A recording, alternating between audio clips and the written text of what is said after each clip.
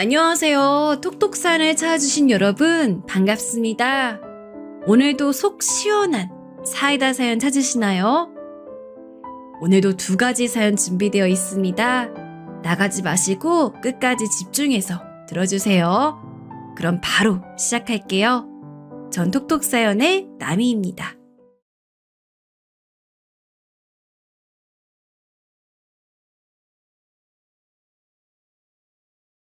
안녕하십니까? 전 지방에 거주하는 60대 후반 남자입니다. 날씨가 슬슬 단풍을 볼 수 있는 가을이 훌쩍 다가왔네요. 우리 지역이 유독 가을의 풍경이 그렇게 예쁘거든요. 한평생 다른 지역에 가지 않고 고향에서 살았는데 여전히 좋습니다. 다른 것보다 풍경이 너무 예뻐서 마음이 편안해지더라고요. 서울이나 수도권 사는 분들은 그 나름의 매력이 있겠죠? 서울의 편리함을 포기하고 지방에 사는 것도 만족스러운 삶이랍니다. 아무튼 오늘은 우리 가족에게 일어났던 사연을 하나 제보하려고 합니다. 개인적으로 너무 뿌듯하고 만족스러웠던 경험이라 여러분들에게 알리고 싶었거든요. 무슨 일이 있었는지 바로 시작하겠습니다. 이 사연을 듣고 계신 분 중에 혹시 자녀가 있으신 분들 계신가요? 전 자식이 5명이나 있습니다. 그중 4명이 딸이라 딸부잣집이죠. 이렇게 딸이 많은 집을 보면 다들 아들 낳으려고 그렇게 많이 낳았냐고 묻더라고요. 단도직입적으로 말씀드리자면 우리 집도 그 영향이 없진 않았습니다. 제가 형제가 없이 외동아들로 태어나서 우리 어머니는 손주들을 많이 원하셨어요. 더 낳고 싶으셨는데 아이가 도저히 생기지 않아 낳지 못하셨거든요. 입양까지 고민할 정도로 부모님은 자식이 많은 것을 원하셨습니다. 오죽하면 친척에게 아이를 얻어올까 고민까지 하셨대요. 하지만 결국 저 하나라도 잘 키우자 생각하셨다고 합니다. 저 역시도 자라면서 그렇게 형제 많은 집이 부러웠어요. 물론 부모님의 사랑을 독차지한 것은 좋았습니다. 하지만 외롭기도 했고 복잡한 집이 부러웠어요. 그래서 아내와 결혼하며 아이는 최대한 많이 낳자고 약속했습니다. 다행히 아내도 아이를 가지는 것을 원해 큰 불만은 없었어요. 그런데 첫째를 낳고 둘째를 낳았는데 둘 다 딸이더라고요. 물론 딸도 너무 예쁘고 사랑스러웠습니다. 하지만 사람 마음이라는 게 셋째까지 딸이니 우리 유전자에 아들이 없는 건가 싶었어요. 특히 우리 어머니가 옛날 분이라 아들을 원하셨거든요. 결혼하고 우리 부부는 부모님을 모시고 같이 살았습니다. 그래서 우리 어머니의 입김이 되게 셌어요. 그 상태에서 아내와 아이를 또 가졌는데 넷째까지 딸이었습니다. 넷째도 딸이라고? 도대체 우리 집엔 아들씨가 없는 거냐? 어떻게 된 게 아들이 안 나와? 이렇게 낳기도 힘들겠다. 아이고, 이게 무슨 일이야? 남들은 아들을 잘 만났던데 왜 너희는 딸만 넷을 낳아? 에이, 어머니, 우리가 성별을 지정이 낳은 건 아니잖아요. 그래도 아내가 고생했는데 왜 그러세요? 자식은 많은 게 좋다 하셨잖아요. 그러니까 그냥 예뻐해 주세요. 여보, 고생 많았어. 저도 사실 속으로는 넷째까지 딸이라고 하니 많이 당황했어요. 하지만 이미 우리 어머니가 아들이 아니라고 뭐라 하는 상황에서 저까지 딸이라고 아쉬워할 순 없더라고요. 임신하고 출산하느라 고생한 아내가 안쓰럽기도 했고요. 그래서 전 넷째까지 딸이면 그냥 포기하려고 했습니다. 계속되는 출산에 아내의 몸이 많이 상하기도 했고요. 아들 낳자고 5째를 가졌는데 막내까지 딸이면 그땐 어떡하겠어요. 그래서 그냥 단념하려고 했는데 우리 어머니는 반드시 아들을 원하셨습니다. 이미 낳은 손녀들을 미워하는 건 아니었지만 아쉽다고 계속 끊임없이 말씀하셨어요. 우리 아버진 원래 말씀이 매우 적은 편이셨어요. 아버지가 입을 여는 것은 귀한 일이었습니다. 말은 아껴야 좋은 거라고 제게도 늘 언행을 조심하라고 하셨죠. 그런데 아버지까지 나서서 아들이 필요하다고 하셨습니다. 아무래도 어른들 생각엔 대를 이으려면 아들이 필수라고 생각하셨겠죠. 그런데 만약에 우리가 아이를 또 가졌는데 그때도 딸이면 어떡해요? 아들 가지려고 임신했다. 딸이 생기면 또 여섯째를 가져요? 아유, 그렇게 아들을 원하면 차라리 입양은 어때요? 입양 같은 소리 하지도 마. 나처럼 애기 안 생기는 몸도 아니잖아. 그냥 아들 낳을 때까지 낳든가? 하늘에 대고 빌어봐라. 그럼 아들을 보내줄 거야. 그래도 대를 이어야지. 딸들은 나중에 결혼하면 출가 외인이란 말이야. 어머니는 대놓고 아들을 원하셨는데 절대 입양은 안 된다는 주의였어요. 평소에 시집살이를 시키는 분은 아니었는데 이렇게 자식 관련해선 부딪히는 일이 많았습니다. 그리고 무엇보다 아내도 아들을 가지고 싶어 했어요. 아들을 낳으면 시부모님이 우리 부모님과 관계가 좋아질 거라 믿었던 거죠. 그 마음을 모르는 것은 아니었지만 우리가 아이의 성별을 고를 수 있는 것은 아니잖아요. 사실 셋째도 넷째도 아들을 바랬는데 딸이 태어난 거라 더욱 망설여졌습니다. 저는 그래서 가족들에게 제가 나서서 4명의 딸이라도 잘 키우자고 했어요. 실제로 우리 딸들은 제가 봐도 사랑스럽고 예뻤거든요. 성별이 뭐가 중요하냐고 딸들을 안고 소리쳤던 기억이 아직도 생생합니다. 그러다 우리 아버지가 지병으로 별세하게 되셨어요. 그때가 우리 큰딸이 고등학생일 때였습니다. 몸이 여기저기 많이 아프셔서 병상에 누워 계시다 집에서 돌아가셨어요. 그런데 아버지가 돌아가시기 전에 제게 뭐라 말씀하셨는지 아세요? 바로 아들은 낳아야 한다고 하셨습니다. 그렇게 아파 죽기 직전인데도 제게 눈 감기 전까지 아들을 원하셨죠. 아무리 제가 들어도 부모님 귀에는 들리지 않더라고요. 고집이 정말 대단하다고 느꼈습니다. 물론 아버지의 유언이라고 아내와 논의해서 아들을 낳은 것은 아닙니다. 몇 번이고 말했지만 아이의 성별은 우리가 고르는 게 아니잖아요. 5째를 가진 것은 정말 우연이었어요. 이미 아이들은 첫째는 고등학생이고 넷째는 9살이었습니다. 아내가 몸이 이상하다고 병원에 가더니 임신 소식을 들고 왔어요.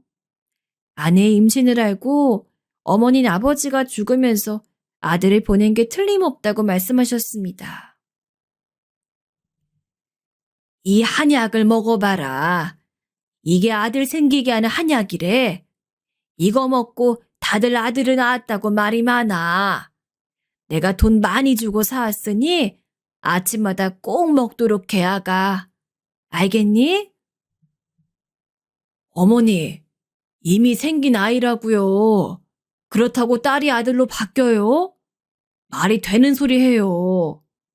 아유, 내 팔자야. 혹시나 해서 말하는 건데 그러다 딸 나오면 절대 원망하지 마세요. 그리고 기도도 그만하세요. 이미 성별은 정해졌어요.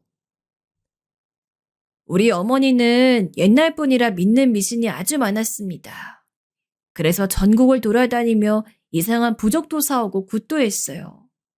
더 웃긴 것은 아내도 그걸 믿었다는 거였습니다. 저 혼자만 이 이상한 이 여자들 속에서 5째가 딸이라도 예뻐해 주려고 생각했어요. 그리고 마침내 아내가 5째를 낳았는데 성별은 그렇게 어머니와 아내가 원하던 아들이었습니다. 전 속으로 딸아이여도 내 새끼니까 예뻐하려고 했는데 막상 아들이 나오니 기쁘긴 하더라고요. 물론 아내와 어머니는 너무 대놓고 좋아하셨습니다. 특히 어머니의 반응이 난리였죠. 어머니는 손자가 태어났다고 소를 잡으셨어요. 동네 사람들을 집으로 불러서 집안에 경사가 났다고 잔치를 벌이셨습니다. 우리 집이 딸부잣집인 걸 알고 이웃들도 제게 축하한다고 하더라고요. 우리 아내는 아들인 것을 알자 눈물까지 엉엉 흘렸습니다. 그렇게 온 동네에 주목을 받고 태어난 아들이었어요. 늦둥이라 오랜만에 아기를 보니 확실히 저도 귀엽긴 했습니다. 그런데 어머니와 아내는 유별나게 아들을 좋아했어요. 확실히 아들을 낳고 어머니도 며느리인 우리 아내와 사이가 각별하게 좋아졌습니다. 딸들을 낳았을 땐 어머니가 아내에게 딱히 뭐를 해준 것도 없었거든요. 그런데 아들을 낳았더니 무려 금을 선물해 주었어요. 아들 낳느라 고생했다고 온갖 귀한 음식도 다 사서 먹이고 아내의 친정인 처가에도 선물을 어마어마하게 보냈습니다. 아내도 시어머니에게 그런 대접을 받으니 아들이 그렇게 예뻤는지 아들이라면 사족을 못 쓰기 시작했어요. 아들은 실제로 태어나고 걸을 때까지 아내와 어머니 품속에서 잠을 교대로 번갈아 잘 정도로 예쁨을 많이 받았습니다. 걷기 시작하고도 어머니는 우리 아들이 넘어지면 땅을 때릴 정도로 손자를 특히 좋아하셨죠. 아이가 크면서 어머니와 아는 아들에 대한 편애를 숨기지 않았어요. 그래서 일부러 제가 더 딸들에게 사랑을 주려고 노력했습니다. 다행히 우리 딸들도 막내가 늦둥이라 예쁘다고 본인들이 나서서 안아주고 예뻐해 다행이었죠. 다들 이미 어느 정도 큰 뒤라 아기가 예뻤나 봐요. 아들의 돌잔치 때는 어머니가 다시 소를 잡으셨어요. 아들이 자라면서 생일 때는 온 동네의 잔치였습니다. 어머닌 손자라면 무엇이든 해주려고 하셨거든요. 사랑을 많이 주는 것은 물론 좋은 행동이라고 저도 생각합니다. 하지만 이렇게 온 가족의 사랑을 혼자 받은 늦둥이 아들은 자라면서 조금씩 엇나가기 시작했어요. 어휴, 아들. 그렇게 누나 때리고 그러면 어떡해. 아빠가 누나들에게 손대지 말라고 했지. 그리고 과자는 밥 먹고 다음에 먹는 거야. 빨리 그거 손에서 내려놓고 밥 먹어. 괜찮다. 애들이 장난으로 그런 건데 뭘 그런 걸로 혼을 내고 그래? 우리 손자 기죽어. 이리 와 우리 강아지. 할머닌 다 괜찮아. 과자가 더 먹고 싶어? 그래. 할머니가 과자 줄게. 어머니, 자꾸 그러니까 애가 버릇이 나빠져요. 적당히 혼낼 거 혼내며 키워야죠. 이러다 학교 가면 애들 때리고 다니면 어떡해요. 안 그래도 지금도 동네에서 애들 때리고 다니잖아요. 사내 자식이 어디 가서 맞고 다니는 것보단 훨씬 낫다. 원래 남자애들은 이렇게 키우는 거야. 너도 남자면서 그렇게 모르니? 딸도 아니고 아들은 이렇게 키워야 해. 너도 이렇게 자랐어. 어머니와 아내는 아들이 버릇없는 행동을 해도 오히려 아들의 편을 들었어요. 그러니 제가 아들에게 더 무섭게 대했는데 그럴수록 아들은 어머니와 아내의 품으로 파고들었습니다. 미취학 아동일 때부터 저러더니 결국 아들은 학교에 가자 사고뭉치가 되었습니다. 학교에 도대체 몇 번을 불려갔는지 손으로 셀 수도 없어요.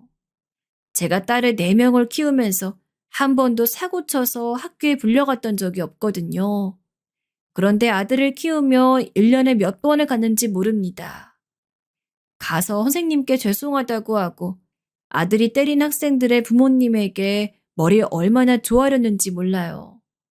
하지만 아들의 그런 행동을 막을 수는 없었습니다. 왜냐하면 집에서 어머니와 아내가 그렇게 아들이 사고를 쳐도 예쁘다고 했거든요. 저렇게 두다가는 망나니가 될 것 같아 저도 아들을 얼마나 잡으려고 노력했는지 몰라요. 하지만 이미 집안 분위기가 이러니 아들의 만행은 날이 갈수록 심해졌습니다. 오죽하면 중학생 땐 어떤 일이 있었는지 아세요?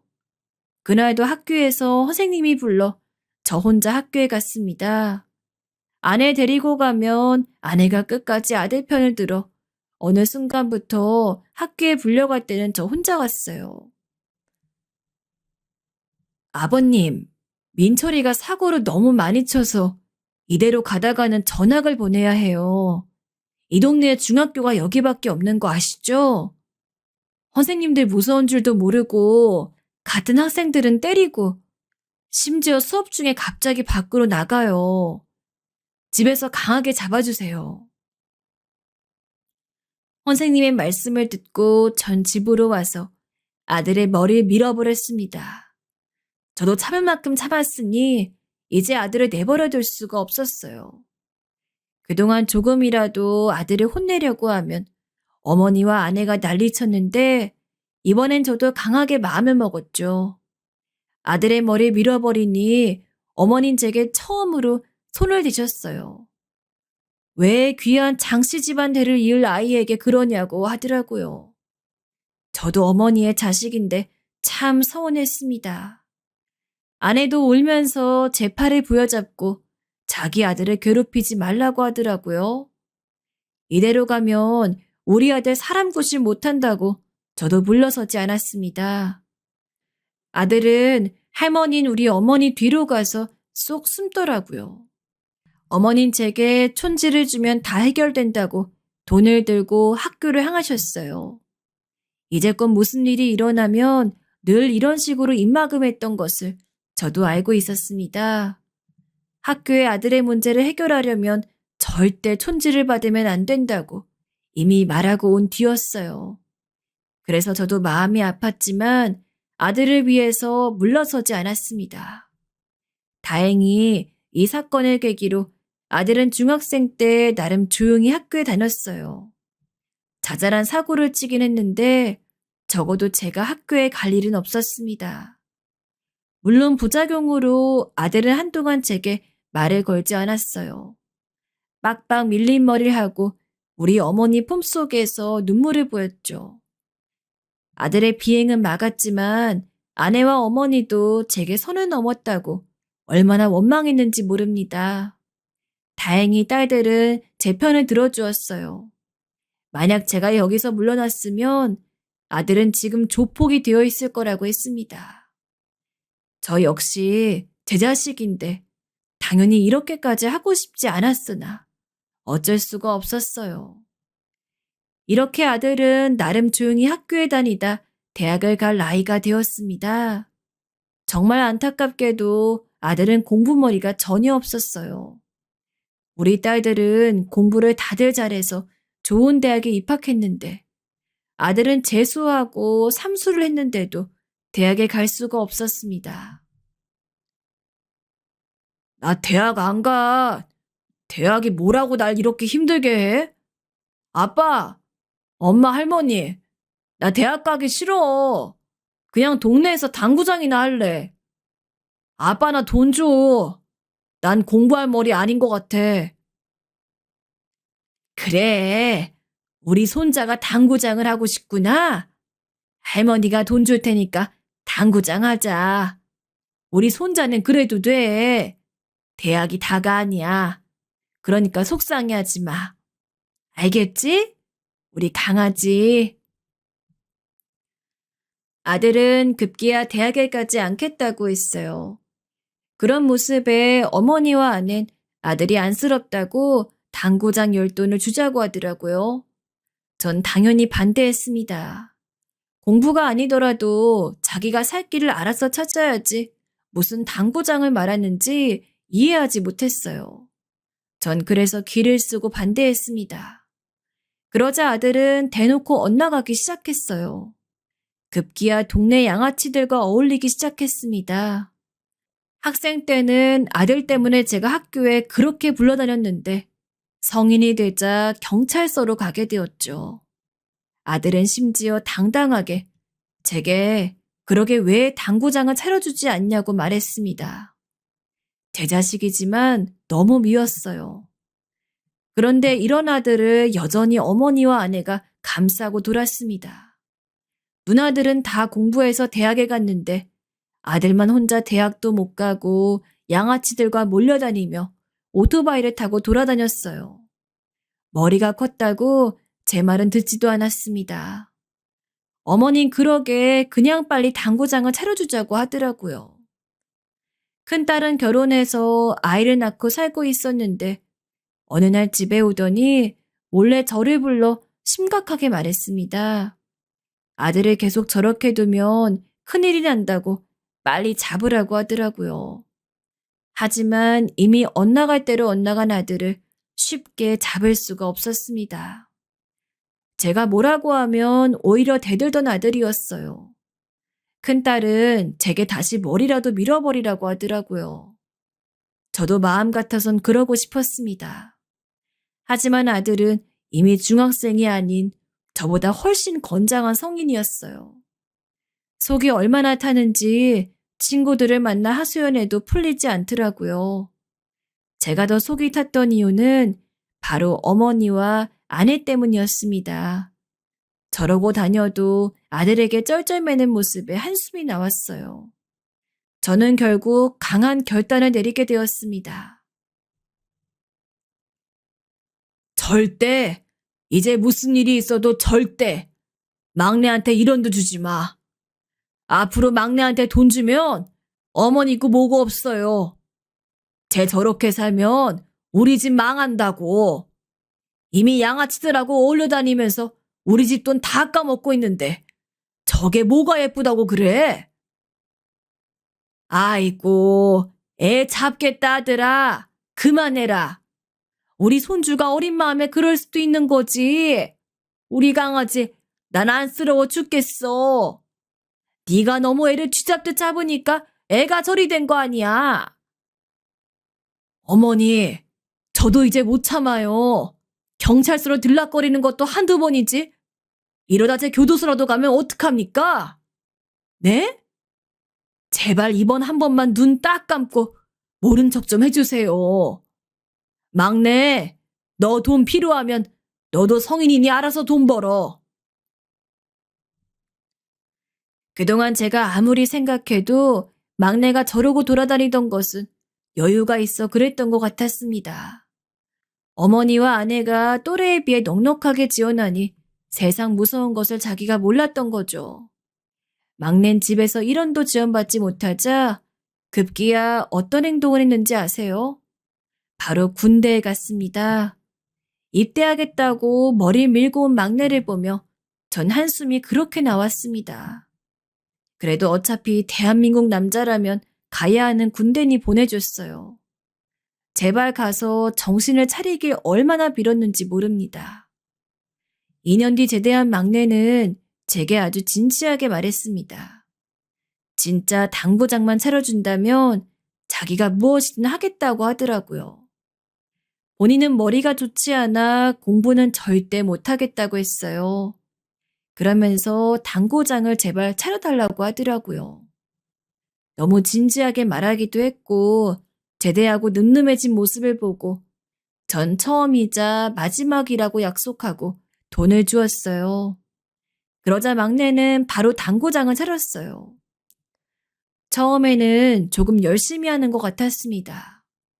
우리 집에서 제일 먼저 일어나 당구장에 가서 청소하고 준비하더라고요. 열심히 일해 돈을 벌더니 집으로 고기를 사서 오기도 했어요. 그런 모습을 보며 아낸 기특하다고 눈물을 흘리더라고요. 저도 내심 속으로 이놈이 드디어 정신을 차렸다고 생각했습니다.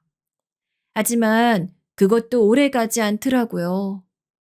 겨우 한 반년이 지나자 금세 또 질렸는지 가게에 나가지 않았습니다.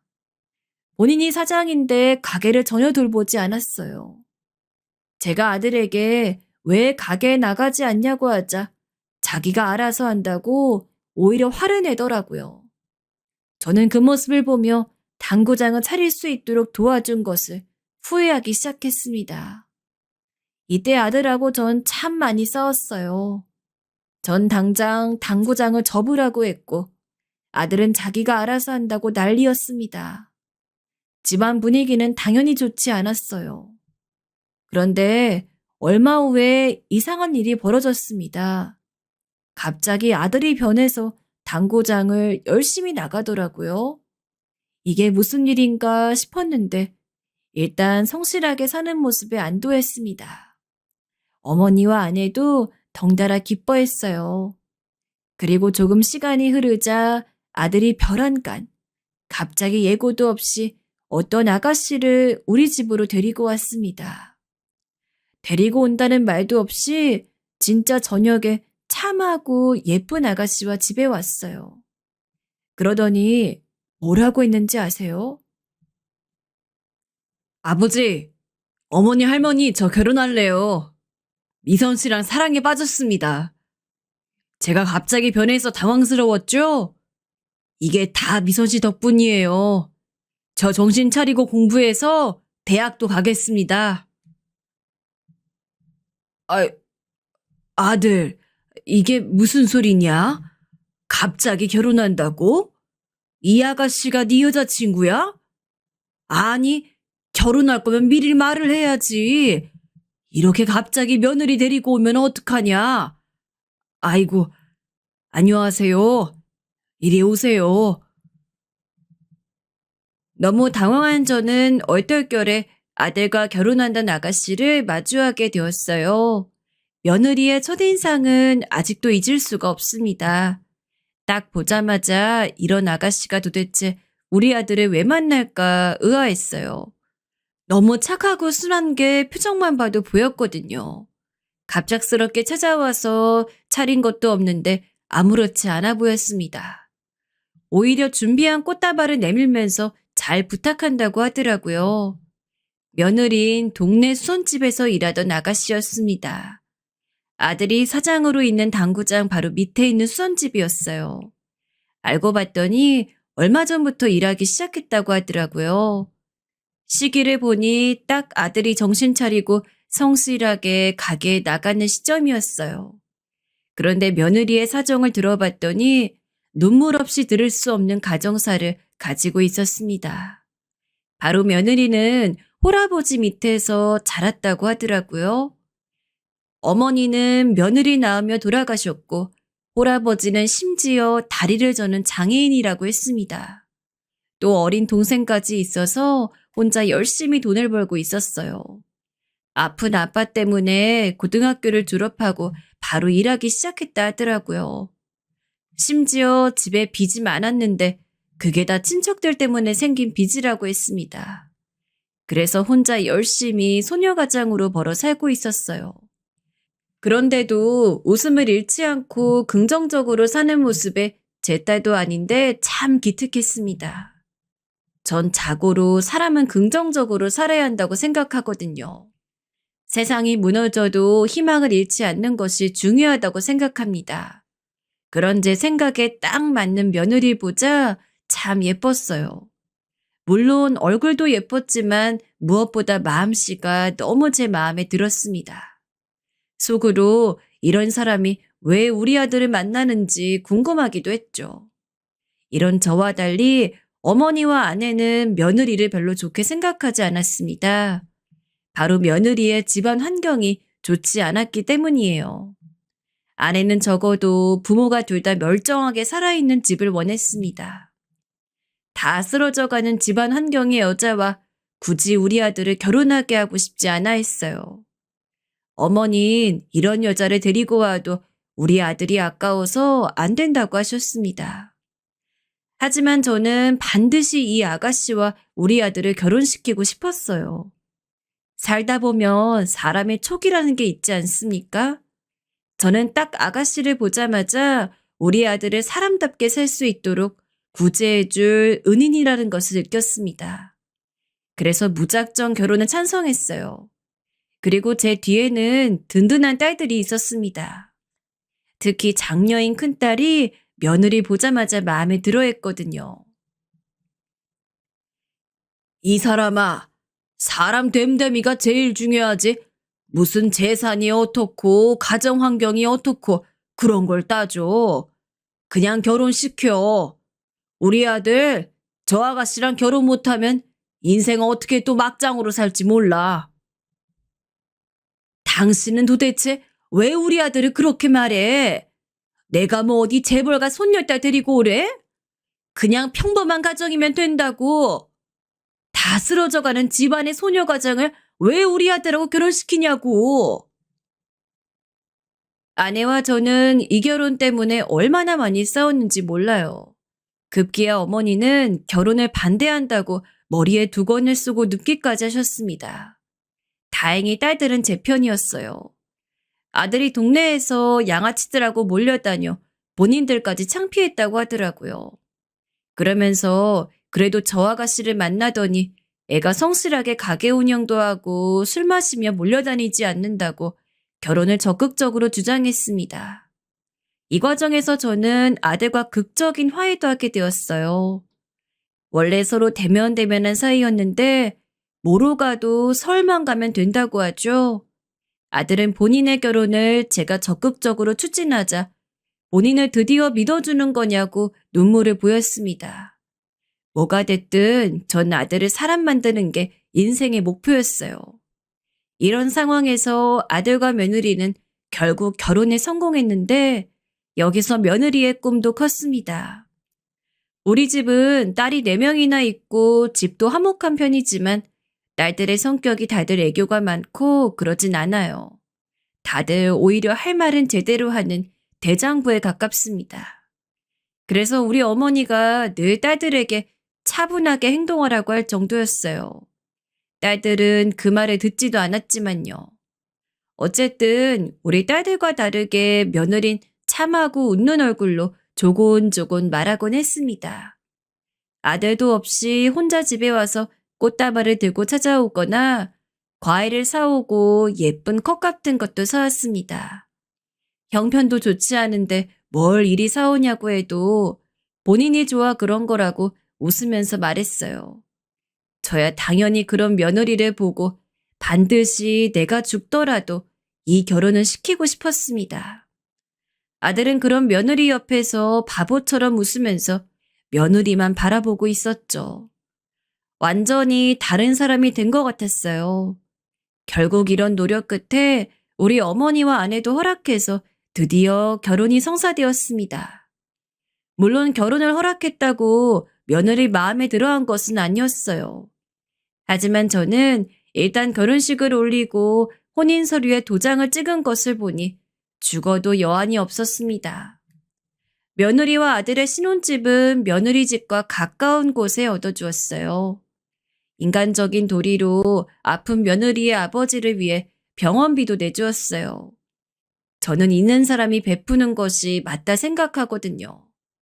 며느리는 제가 이렇게 본인 친정을 도와주니 너무 감사하다고 저를 볼 때마다 고맙다고 말했어요. 일부러 생색내려고 도와준 건 아니지만 이렇게 감사함을 아는 며느리를 보니 뿌듯한 마음이 들었습니다. 그리고 며느리는 결혼하고 바로 임신해서 아이를 가졌어요. 며느리의 임신 이후로 아들은 더욱 새로운 사람이 되었습니다. 갑자기 책임감이 생겼다고 온 동네 길거리를 누가 시키지도 않았는데 쓸고 다녔어요. 마주치는 사람마다 밝게 웃으며 인사해서 주민들이 처음에는 다른 사람인 줄 알았다고 하더라고요. 제가 그렇게 싫어하는 양아치들과도 관계를 단절하고 오로지 며느리만 바라보고 살았습니다. 둘이 잘 사는 모습을 보니 얼마나 뿌듯했는지 모릅니다. 아이고, 아이고야. 우리 손주 며느리가 아들을 낳았네. 우리 가문의 영광이다. 세상에, 아들 귀한 집에 이게 무슨 경사야. 소를 잡아서 잔치를 열어야겠다. 아가, 내가 결혼 반대해서 미안하다. 응? 어머니, 내가 딱 우리 며느리가 우리 가문 구할 귀인이라고 했죠? 거봐요. 그러게 왜 그렇게 반대했어요? 세아가 출산하고 조리 잘해야 평생 안 아픈 거 알지? 어디 아픈 곳 있으면 당장 말해라. 며느리가 아들을 낳자 우리 며느리는 대놓고 손주 며느리 예뻐하기 시작했습니다. 옛날 분이라 어쩔 수 없는 상황이었죠. 며느리가 집에 들어오고 우리 집의 분위기는 누가 봐도 밝아졌어요. 그래서 주민들도 우리 집 근처를 지나가면 웃음소리밖에 안 들린다고 하더라고요. 그럴 수밖에 없는 것이 며느리가 우리 집에 참 잘했습니다. 생글생글 웃으면서 말동무도 해주고 나서서 안마도 해주고 너무 천사였어요. 시누이가 넷이나 있으니 며느리가 불편할 수도 있는데 본인이 나서서 우리 딸들에게 다가갔어요. 그래서 우리 딸들이 오히려 저보다 며느리를 더 챙기기도 했답니다. 손자가 돌을 갓 지났을 때 우리 어머니가 몸이 되게 아프셨어요. 아무래도 나이가 많이 드셨으니 노화가 진행되었습니다. 치매나 암 같은 심각한 병은 다행히 아니었는데 관절이 유독 아프셨어요. 아무래도 우리가 사는 지방은 병원이 서울보다 별로거든요. 병원에서도 서울로 가서 치료하는 게 낫다 하셨습니다. 그래서 어머니를 서울로 병원에 모시고 다닐 사람이 필요했는데 그걸 며느리가 담당했어요. 자기가 먼저 나서서 우리 어머니를 모시고 서울로 가겠다고 하더라고요. 전 처음에 며느리는 손자도 키워야 하고 또 불편할 수도 있으니 거절했습니다. 하지만 며느리는 본인 친정아버지의 병원비도 제가 다 내고 있는데 이 정도는 아무렇지도 않다고 하더라고요. 그러면서 본인은 원래 서울을 좋아했다고 어머니를 모시고 간 김에 서울 구경도 하겠다고 했어요. 그래서 며느리가 어머니를 모시고 서울로 병원에 다녔는데 이때 우리 어머니는 며느리에게 푹 빠지게 되었습니다. 가는 동안 옆에서 우리 어머니가 심심하지 않게 말동무도 해주고 간식도 알아서 챙겼대요. 병원에서도 손을 꼭 잡고 옆에서 지루하지 않게 해주고 의사한테 궁금한 것도 대신 물어봤다고 합니다. 그러다 우리 어머니가 돌아가시기 전엔 집에서 누워 계셨어요. 거동이 불편한 어머니를 며느리가 옆에서 손수 돌봐주었습니다. 아가, 너 힘들지 않냐? 내가 돌볼 테니까 너는 가서 쉬어. 남의 집 귀한 딸 이렇게 힘들게 하면 내가 나중에 벌 받아. 가서 밥 먹고 편하게 누워 있어라. 아버님, 저는 괜찮아요. 우리 아버지 돌봤던 경험이 있어서 아무렇지도 않아요. 그리고 할머니, 제가 병원에 모시고 다니면서 어디가 불편한지 누구보다 잘 알잖아요. 저 믿고 맡겨주세요. 할머니도 제가 돌보는 것을 더 편해하세요. 표정부터 다르잖아요. 며느리의 말대로 우리 어머니는 아들인 저보다 며느리가 옆에 있을 때 가장 편해 보였어요. 실제로 저는 눈치채지 못했는데 며느리는 어머니의 눈빛만 보고 어디가 불편한지 바로 알더라고요. 기저귀도 손수 갈아주고 죽도 본인이 끓여서 먹여주었습니다. 그 모습을 보고 전 며느리에게 얼마나 감동했는지 모릅니다. 우리 아들도 생전 부엌에 들어가질 않았는데 며느리와 아이를 낳더니 아예 다른 사람이 되었어요. 극진한 손자 부부의 간호를 받고 우리 어머니는 집에서 눈을 감으셨습니다. 눈을 감을 때도 우리 며느리를 끝까지 바라보셨어요. 며느리는 장례식 때도 본인이 마치 우리 어머니의 손녀인 것처럼 하나부터 열까지 다 챙겼습니다. 친척들이 며느리 보더니 어디서 복덩이를 데려왔냐고 하더라고요. 전 장례를 마치고 며느리를 따로 불렀습니다.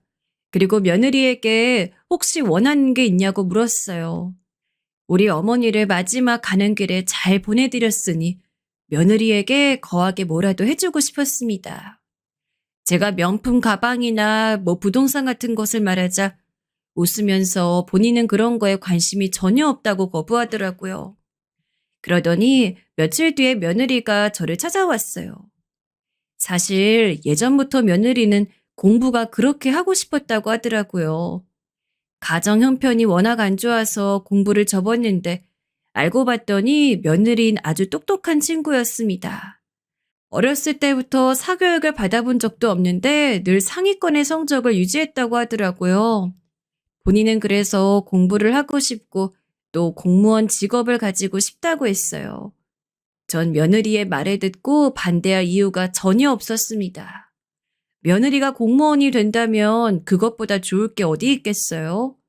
그래서 그때부터 저는 며느리가 공무원 시험에 합격할 수 있게 모든 최선을 다하기 시작했어요.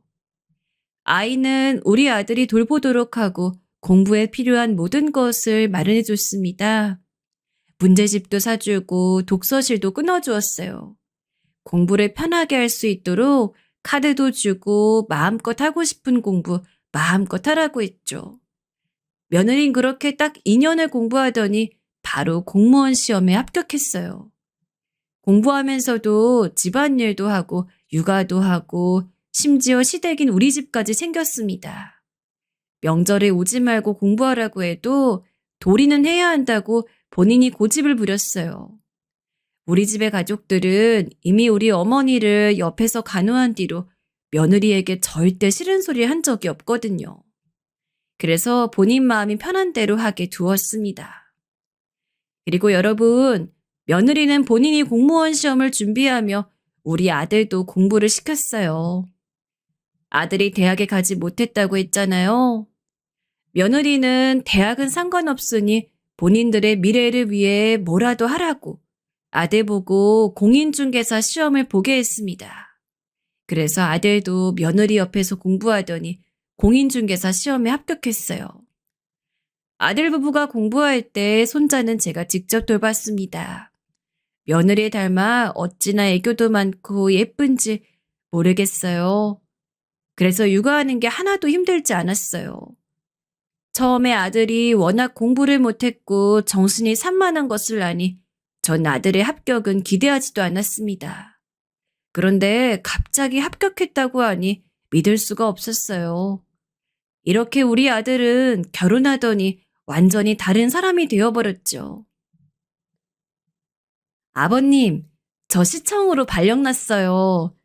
지금보다 훨씬 일이 바빠질 것 같은데 그래도 저는 좋아요. 일하면서 힘든 것은 왜 괜찮은지 모르겠어요. 어릴 때부터 워낙 힘들게 자라서 그런가? 어쨌든 이게 다 아버님 덕분이에요. 너무 감사해요. 아가, 내가 뭘 한 게 있다고 그러니? 난 네가 시청에서 일한다니 얼마나 자랑스러운지 몰라. 우리 아들도 결혼하고 아예 다른 사람이 되어 너한테 오히려 고맙지. 손자는 내가 돌볼 테니 걱정 말고 일 열심히 하렴. 힘들면 언제든지 말해. 며느리는 공무원으로 일하고 몇 년 뒤에 시청에서 일하게 되었어요. 워낙 싹싹하고 웃는 얼굴이라 민원인한테도 유명했고 직원들 사이에서도 일을 잘해 유명했다고 하더라고요. 그러더니 바로 능력을 인정받고 시청으로 가게 되었죠. 전 어디 가서 자식들 자랑은 안 해도 며느리 자랑을 하기 바빴어요. 제가 낳은 딸도 아닌데 너무 예쁘고 자랑스러웠거든요. 그래서 어린 손자를 돌보는 것은 하나도 힘들지 않았습니다. 며느린 그런 제게 늘 감사하고 미안하다고 하더라고요. 말을 어찌나 예쁘게 하던지 세상에 있는 모든 좋은 것은 다 주고 싶었습니다. 그런데 며느리는 시청에 가서 일한 뒤로 표정이 날이 갈수록 어두워졌어요. 원래 워낙 밝고 예쁜 사람이었는데 살도 점점 빠지더라고요. 건강에 이상이 있는 것 같아 병원에 데리고 가려고 해도 며느리가 거부했습니다. 그냥 일이 바빠서 그렇다고 하더라고요. 공부할 때도 본인이 나서 명절에도 오고 그랬는데 시청에서 일한 뒤로는 집에도 잘 오지 못했습니다.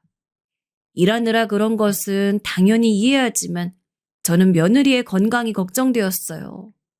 손자를 우리 집에 맡기고 데리고 가는 것도 다 우리 아들이 했거든요. 아들에게 며느리의 안부를 물어도 집에 잘 못 들어온다고 하더라고요.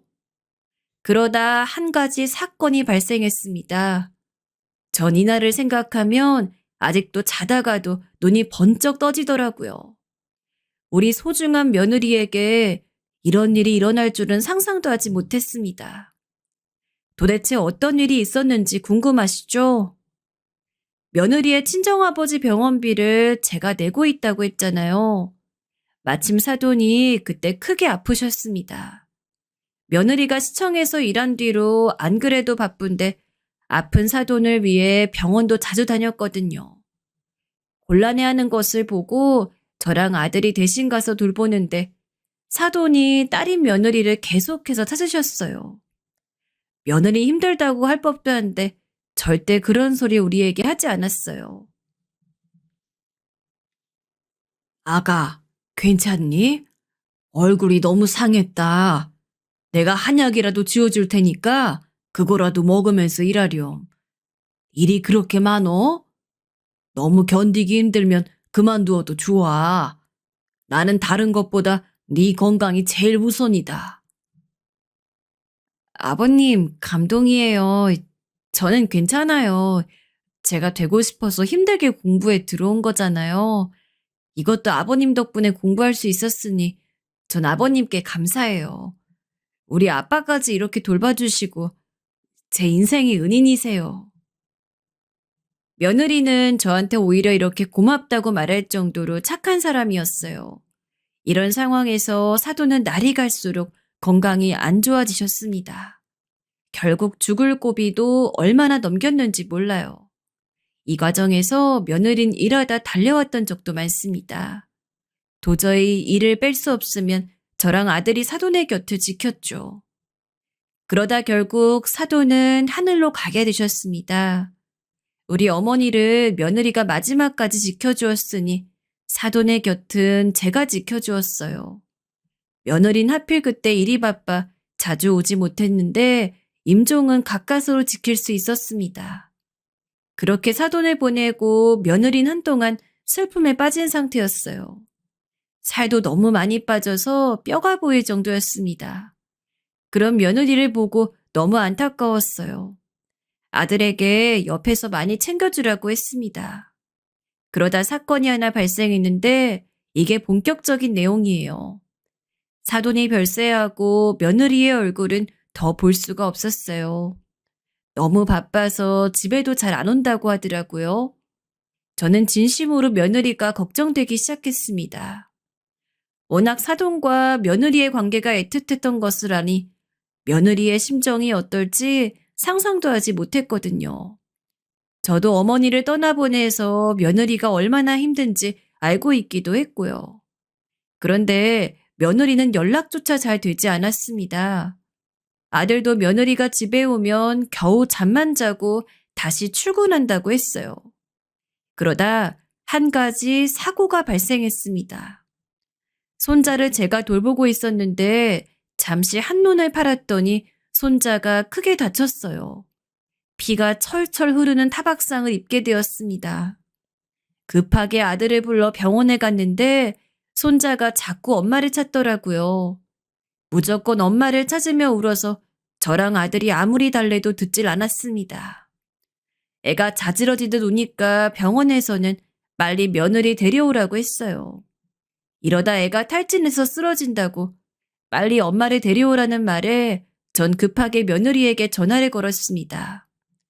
평소에 저는 절대 며느리에게 먼저 전화를 걸지 않거든요. 그런데 그날은 손자가 기를 쓰고 울어 어쩔 수가 없었어요. 의사가 이러다 애가 울다 지쳐 탈수 증세가 온다고 난리였거든요. 그런데 며느리에게 전화를 아무리 해도 받지를 않았어요. 저는 순간 며느리에게 무슨 일이 생긴 것 같은 기분이 들었습니다. 그래서 시청으로 찾아갔어요. 당연히 평소에는 며느리가 시청에서 일해도 절대 찾아가지 않았습니다. 그게 당연한 거니까요. 하지만 이날은 어쩔 수가 없는 급한 상황이었습니다. 그래서 시청에 갔는데 며느리의 부서를 제가 이미 알고 있었거든요. 급하게 며느리를 찾아갔더니 며느리가 자리에 없었습니다. 일하느라 바빠서 전화도 못 받는 사람이 어디 간 건지 궁금했어요. 그런데 비상구에서 무슨 소리가 들리더라고요. 설마 싶은 마음에 갔더니 어떤 상황이 벌어지고 있었는지 아세요? 저는 순간 보자마자 분노를 참을 수가 없었어요. 미쳤어? 어? 제대로 일 안 해? 너만 아버지 있어? 나도 아버지 있어. 아무리 부모가 죽어도 일은 해야 할 거 아니야. 우리 부서가 얼마나 힘든지 알잖아? 일 잘한다고 해서 데려왔더니 이딴 식으로 일할 거야? 어? 이럴 거면 당장 그만둬. 죄송합니다. 하지만 저도 정당하게 제가 쓸 수 있는 연차를 쓴 거잖아요. 그리고 시키는 일은 다 마무리 지었어요. 최대한 부서에 피해가지 않도록 저도 최선을 다했어요. 앞으로도 거슬리지 않도록 할게요. 뭐? 야, 이게 어디서 상사한테 말대꾸냐? 너 미쳤어? 내가 누군지 알아? 확. 상사와 며느리는 비상구에서 큰 소리를 내며 갈등을 빚고 있었어요. 들어봤더니 며느리가 사돈이 아파 일을 빠졌던 게 화근이 된 것 같았습니다. 하지만 제가 알기로 며느리의 말처럼 며느린 잘못한 게 없었거든요. 그런데 며느리의 상사는 며느리가 괘씸했는지 저 말을 듣자마자 무려 손을 들어 우리 며느리의 뺨을 내리쳤습니다. 순간 저는 살면서 이런 분노를 느꼈던 적이 없어요. 정말 너무한다고 생각했습니다. 며느리는 사돈이 돌아가셨을 때를 빼고 한 번도 제 앞에서 온 적이 없거든요. 항상 웃는 얼굴로 오히려 제게 응원해준 사람이었습니다. 그런 며느리가 뺨을 맞고 서러워서 엉엉 우는 것을 제 눈으로 보고 저는 속에서부터 열불이 나서 참을 수가 없었습니다. 그동안 우리 며느리를 생각해서 꾹 참고 또 참았던 게 드디어 터지게 되었어요. 감히 건드려도 우리 며느리를 건들다니. 이건 있을 수 없는 일이었습니다. 너무 미친 듯이 화가 나서 시장실로 바로 쫓아갔어요. 그때는 눈에 뵈는 게 전혀 없었습니다. 무작정 시장실로 가서 문을 열었더니 시장이 아는 척을 하더라고요. 여러분, 사실 저는 우리 지역에서 알아주는 지역 유지입니다. 대대손손 가난했던 적이 없는 아주 유명한 집이에요. 그래서 딸이 그렇게 많아도 다 대학도 보내고 시집도 잘 보냈답니다. 돈 걱정이 없어 아들이 저렇게 부모를 믿고 막 나갔던 과거를 가지고 있었던 거였어요. 그러다 보니 당연히 공무원과도 밀접한 관계를 지니고 있었습니다. 하지만 며느리는 자세한 속사정은 모르고 있었어요. 제가 관공서 윗사람들과 친밀한 관계라는 것을 자세히는 몰랐죠. 아무튼 제가 문을 쾅 열자 시장은 놀란 눈으로 저를 쳐다보았습니다. 아이고, 오셨어요? 아이, 무슨 일이세요? 일단 여기 앉으세요. 커피로 드릴까요? 아유, 오랜만이세요. 요즘 바쁘셨는지 도통 안 보이시더라고요. 안 그래도 제가 연락드리려 했습니다. 연락이고 뭐고? 여기 시청은 부하 직원에게 뺨도 때리나? 시장님, 이래도 되는 건가요? 네? 아버지가 돌아가셔서 힘든 아랫사람에게 위로는 못 해주고 일을 왜 빠지냐고 뺨을 때리면 그게 공무원의 도리냐고. 제가 불같이 화내자 시장은 영문을 모르겠다는 표정이었습니다. 저는 제가 본 것을 설명했어요. 우리 며느리가 비상구에서 본인 상사에게 뺨을 맞는 것을 봤다고 하자 시장은 머리를 조아리기 시작했어요. 제가 여전히 화를 주체하지 못하자 시장은 결국 시청에 있는 모든 공무원을 집합시켰습니다. 강당으로 모인 공무원들에게 시장이 앞에서 부하 직원을 때린 사람이 있으면 자진 신고하라고 했죠. 그런데 제가 뻔히 얼굴을 아는데 그 상사가 나오지 않더라고요. 순간 화를 또 참지 못하고 제가 나섰습니다. 가서 네가 우리 며느리 뺨을 때렸냐고 소리를 지르자 상사는 벌벌 떨기 시작했어요. 마침 그 부서회장이 저랑 친밀한 사람이었거든요. 저를 알아보고 역시 머리를 조아리자 상사는 급기야 눈물을 보이기 시작했습니다. 며느리도 놀란 토끼 눈이 된 채로 저를 바라보았어요. 아가, 난 네가 이런 취급 당하고 일하는 거 보면 화가 나 참을 수가 없어. 너는 잘못한 게 없으니 가만히 있어. 내가 알아서 할게. 우리 며느리가 아버지가 돌아가셔 힘든데 거기다 대고 상사란 사람이 이래도 되는 거냐고요. 당신 당장 우리 며느리에게 사과하세요. 아이고, 미안합니다. 아이, 제가 도대체 무슨 짓을 했는지 모르겠어요. 죄송합니다. 정말 다시는 이런 일이 없도록 할게요. 너무 죄송합니다. 상사는 울면서 며느리 앞에서 무릎을 꿇고 빌기 시작했어요. 솔직히 저라면 그런 상사를 절대 용서하지 못할 텐데 며느리는 괜찮다고 하더라고요. 자기는 이제 괜찮으니까 다른 사람에게는 절대 그러지 말라고 말했습니다. 그런 천사 같은 며느리를 보고 주변에서도 다들 감탄했어요. 시장도 감동했는지 며느리 한참 쳐다보았습니다. 그렇게 우리 며느리를 때린 상사는 인사발령이 다른 곳으로 나서 며느리와 멀리 떨어뜨려 놨어요. 제가 가해자인 상사는 무조건 며느리와 멀리 떨어지게 해달라고 했거든요. 시장은 지역 유지인 제 말을 거역할 수 없었습니다. 제가 실제로 시청에 기부하는 돈도 어마어마했거든요. 또 지역에서 유명한 사람들과 친분도 두터웠어요. 시장이 쩔쩔매는 모습을 보고 그 상사는 며느리에게 또 사과했다고 하더라고요. 아무래도 우리 지역에서 계속 죽을 때까지 살 거면 시장이나 제게 밑보이면 안 되니까요. 그 뒤로 며느리는 지금도 여전히 잘 다니고 있답니다. 며느님 원래 성격도 좋고 일도 잘해서 사람들이 좋아했다고 하더라고요. 이 사건이 끝나고 며느리가 제게 다가와서 너무 든든하고 고마웠다고 웃으면서 말했습니다. 저는 그런 며느리를 보고 우리 아들을 사람으로 만들어주고 어머니 가는 길도 지켜주었는데 이건 당연하다고 했어요. 며느리는 본인 아버지가 돌아가시고 마음 둘 곳이 전혀 없었는데 시아버지인 저를 이제 친정아빠라고 생각하겠다 하더라고요. 그 말을 듣고 저도 눈물이 나왔습니다. 지금도 며느리와 저는 서로 너무 잘 지내고 있어요. 아들과 며느리는 금슬도 좋아서 지금 둘째도 임신한 상태랍니다. 참 우리 아들은 당구장을 접고 며느리와 공부해서 합격한 공인중개사 자격증으로 열심히 부동산 일도 하고 있어요. 매일 열심히 일하는 아들을 보고 우리 아내도 뿌듯하다고 하더라고요. 딸들은 우리 며느리를 복덩이라고 부르고 있어요. 이렇게 며느리가 시집 오고 우리 집은 웃는 일이 가득해서 얼마나 좋은지 모릅니다. 아마 남은 인생도 행복하게 살 것 같아요. 여러분, 여기까지가 제가 준비한 사연입니다. 재미있게 들으셨나요? 저는 개인적으로 살면서 가장 통쾌했던 사연이랍니다. 이 사건 뒤로 며느리와 관계도 훨씬 좋아졌어요.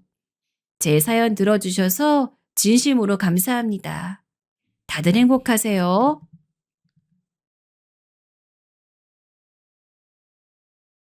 안녕하십니까. 어느새 초로에 접어든 산이입니다. 슬슬 은퇴를 생각하면서 인생의 마지막 장을 준비할 나이가 되었습니다. 누구나 그렇겠지만 인생의 마지막 후반전이야 뭐 별다를 게 있겠습니까마는 오랜 세월 잊고 지냈던 친구를요. 근래에 다시 찾게 되었습니다. 그래서 자랑 삼아 우리 둘의 우정을 한번 이야기해보려고 합니다. 형만이와 민규. 어린 시절 우리는 늘 사람들에게 마치 한 세트인 것처럼 불리곤 했습니다. 오성과 한음처럼 말이죠. 어쩌다가 그 녀석과 제가 친해지게 되었는지 가끔 생각해보곤 합니다만 너무 어린 시절이라 정확히 기억은 나지 않습니다. 하지만 우리가 초등학교 1학년 때부터 단짝이었던 것만은 확실합니다. 갓 입학한 코올리개들끼리 다들 좀 서먹하기 마련이었지만 우리들은 늘 어깨동무를 하고 다녔지요. 지금도 기억이 나는군요. 하굣길에 민규네 집과 저희 집 사이에 갈림길에 설 때면 늘 서로 그날 저녁에 해야 할 일을 외치면서 헤어지곤 했죠. 무슨 만화를 꼭 보라는 둥, 어떤 숙제를 꼭 하라는 둥, 뭐 그런 이야기들을 말이죠. 학교에서 하루 종일 붙어 다니고 난 후에도 집에서마저 서로가 비슷한 경험들을 나누고 싶었던 것 같습니다. 그리고 다음 날이면 서로가 한 일에 대해서 실컷 떠들곤 했습니다. 한 번은 흘러가는 물을 보면서 대화를 나누던 기억이 나는군요. 도랑에 흐르는 물을 바라보며 멀리 강물과 합쳐져 우리의 눈이 닿지 않는 곳으로 휘돌아 나가는 물길을 바라보며 우리도 물이 되어서 저렇게 먼 곳으로 흘러갔으면 좋겠다고 이야기를 했었더랬습니다. 생각해보면 어린 시절의 호기심, 알 수 없는 먼 곳에 대한 그리움, 가보지 못한 곳에 대한 설렘 그 모든 것들을 민기와 함께 했던 것이었어요. 신기하게도 그렇게 서로 죽고 못 사는 친구였지만 서로 다른 팀이 되어 축구를 하거나 운동회에서 편이 갈라지면 또 기를 쓰고 서로 이겨야만 직성이 풀리곤 했죠. 나이가 들어서 생각해봐도 뭐라 말로 설명하기 힘든 오묘한 감정입니다만 아마 어린 시절 특유의 개구진 심보가 아니었나 생각합니다. 그렇게도 친한 민규와 저였지만 서로의 집안 형편은 많이 달랐습니다. 저희 집은 소를 제법 키우는 집이라 형편이 좀 넉넉했지만 민규는 홀어머니 쓰라해서 어렵게 학교를 다니고 있었습니다. 그런 가정 형편에도 민규는 품행이 발라 장난으로라도 한 번도 엇길로 나간 적이 없었습니다. 학교에서 표창도 많이 받았죠. 많은 친구들을 집에 초대했지만 저희 어머니께선 그런 민규를 가장 좋아하셨습니다. 어쩌다 민규 이야기가 나오면 참 바른 아이인데 형편이 어려워 안타깝다며 혀를 차시곤 했어요. 그러다 중학교 2학년쯤이 되면서부터 민규와 저는 서로 조금씩 다른 길을 걷게 되었어요. 전 고등학교를 준비하며 개인 교사를 두고 공부에 열심이었고 민규는 어려운 가정 형편을 돕기 위해 아르바이트를 하게 되었습니다. 민규는 시장에서 옷 장사를 하시는 어머니를 도와 같은 시장에서 일하고 있었습니다. 가끔 떡볶이나 오뎅과 같은 군것질을 하러 시장에 가면 그곳엔 열심히 일하고 있는 민규가 있었어요. 일이 바쁘지 않으면 민규를 불러 함께 음식을 먹기도 했지요. 전 민규가 시장 일을 하는 것이 아무렇지도 않았지만 다른 친구들은 그런 민규를 마주치는 것이 보기 민망하다고 하며 차츰 민규를 멀리하는 눈치였습니다. 전 그럴 때마다 무척 속상했습니다. 저에게 민규는 둘도 없는 친구였으니까요. 친구들이 왜 그런 편견을 갖는 건지 이해할 수도 없었고요. 가끔 공부를 하다 지겨울 때면 일부러 민규를 찾아가 놀곤 했어요. 홍민규가 너무 바쁠 때는 옆에서 장사를 거들어주기도 했고 시장통 굴다리를 민규와 함께 뜀박질하기도 했습니다. 뭐가 그리 재밌었는지 그 이후로 지금까지 제 아무리 좋은 것을 누리고 재밌는 일을 해봐도 그때만큼 즐거웠던 기억이 없습니다. 다시 생각해도 정말 돌아가고 싶은 그리운 시절입니다. 하지만 고등학교에 진학하면서 민규와 만나는 시간이 뜸해졌어요. 아무래도 본격적으로 공부를 해야 하니 친구가 좋다지만 더 이상 시간을 함부로 쏟을 수가 없게 되었죠. 가끔 시간을 내어 만나긴 했지만 고2가 되면서 그마저도 뜸해지게 되었어요. 전 의대를 준비하고 있었기에 책상 앞에만 있었고 마음이 조급한 나머지 누군가를 만나 논다는 게 부담스러웠습니다. 지금도 그렇지만 당시의 의대 진학은 어려운 목표였기 때문에 강박적일 만큼 열심히 해야만 붙는다는 생각이 늘 머릿속에 꽉 차 있었어요. 마음의 여유가 전혀 없는 시기였었죠. 그러다 보니 조금씩 함께하는 시간이 줄어들게 되었습니다. 고등학교를 졸업한 후 걷는 길도 달라지게 되었어요. 전 원하던 의대에 입학하게 되었고, 민규는 학교를 마치자마자 취직을 하려 했지만 그것이 여의치 않아 일용직으로 나섰지요.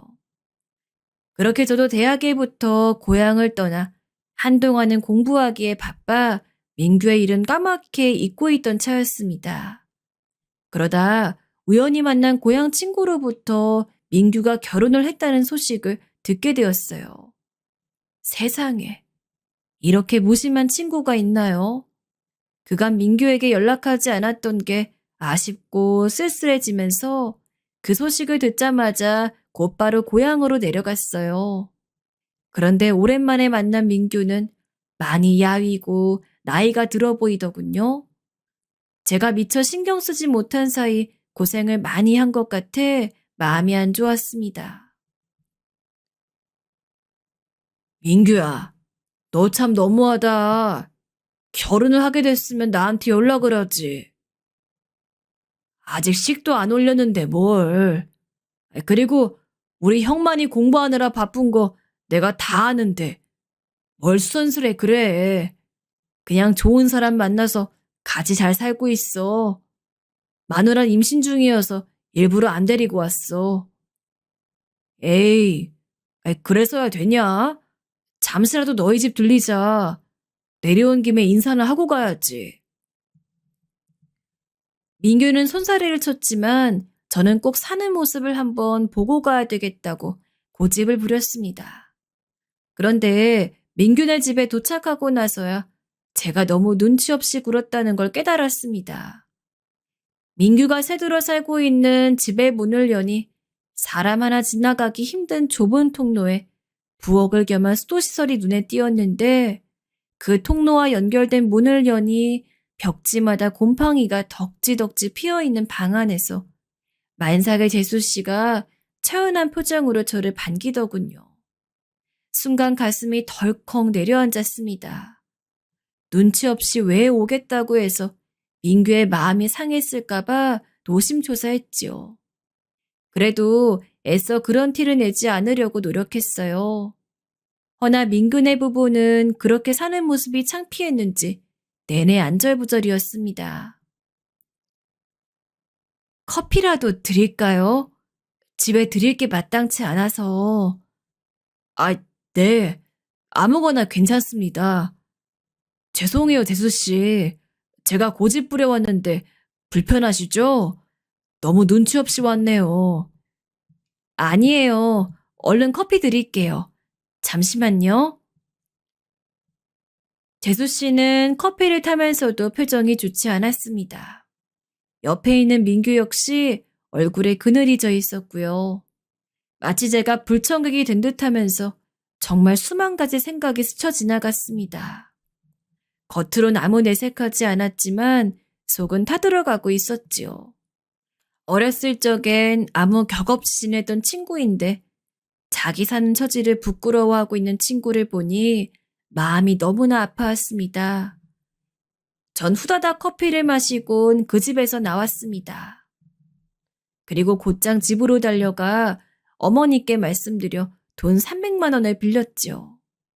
어머닌 갑자기 뜬금없이 왜 그렇게 큰 돈이 필요하냐고 물으셨지만 제가 민규를 만나고 온 것을 아셔 뭔가 짚히는 것이 있으셨던지 두 말 않고 돈을 마련해 주셨어요. 고맙습니다, 어머니. 저는 그 말을 남기곤 다시 민규를 찾아갔습니다. 형만아, 무슨 일이냐? 놓고 간 거라도 있어? 아니, 그게 아니고 생각해보니까 결혼 선물을 제대로 못 준 것 같아서 이거 받아.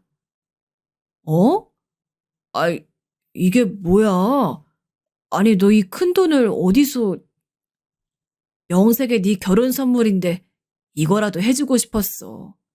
더 주지 못해 미안하다. 형만아, 나 이 돈은 너무 부담스럽다. 괜찮아.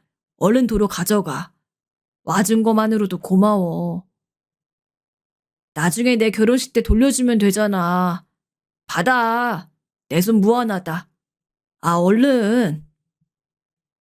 민규는 한사코 사양했지만 나중에 제 결혼식 때 꼭 갚으라고 하며 떠안기다시피 하니 하는 수 없이 돈을 받았습니다. 민규의 눈시울이 금세 붉어졌습니다.